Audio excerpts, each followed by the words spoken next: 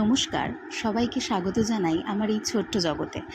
সকাল থেকে ভাবছি কী রান্না করা যায়, বাইরে এত বৃষ্টি।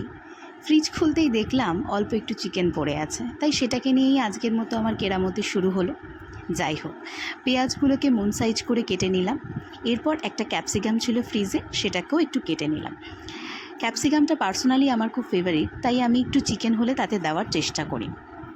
এরপর কেটে রাখা আলুগুলোকে একটু নুন দিয়ে কড়াইতে লাল লাল করে ভেজে রাখলাম।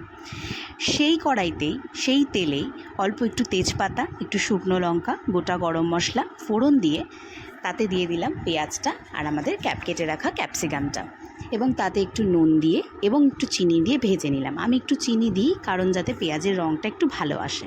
এরপর বেটে রাখা আদা, রসুন, লঙ্কা, টমেটো সেটাকে দিয়ে ভালো করে কষিয়ে নিচ্ছিলাম যাতে আদা রসুনের কাঁচা গন্ধটা চলে যায়। এরপর একটা বাটিতে একটা পেস্ট বানিয়ে নিয়েছিলাম আমি, যাতে ছিল টক দই, ধনের গুঁড়ো, জিরের গুঁড়ো, হলুদ, চিলি ফ্লেক্স, অরিগ্যানো আর নুন। সেটাই আমি ওই পেস্টটাকেই ওর ভেতরে অ্যাড করে দিলাম। দিয়ে ভালো করে কষাতে হবে যতক্ষণ আমাদের মশলা থেকে তেল না ছেড়ে যায়। এরপর আমরা চিকেনগুলোকে অ্যাড করে দিলাম, দিয়ে ভালো করে কষিয়ে নিচ্ছিলাম, এবং তাতে আমি সামান্য একটু স্বাদ মতো নুন অ্যাড করেছিলাম, কারণ আমার একটু কম মনে হয়েছিল নুনটা। এরপর ভালো করে কষিয়ে নিতে হবে ঢেকে ঢেকে।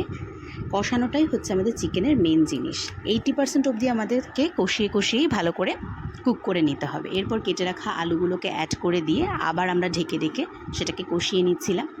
তারপরে একটু পরে আমরা তাতে গরম জল অ্যাড করে দিলাম, দিয়ে আবার একটু ঢেকে ঢেকে কষিয়ে নিচ্ছিলাম। গরম জল অ্যাড করার পরেও আমি একটু ঢেকে ঢেকে কষাই যাতে জিনিসটা মজে যায় ভেতরে। তারপরে গরম মশলা দিয়ে নামিয়ে নিলাম। এই তো আমাদের রেডি গরম গরম ভাতে লাল লাল ঝোল।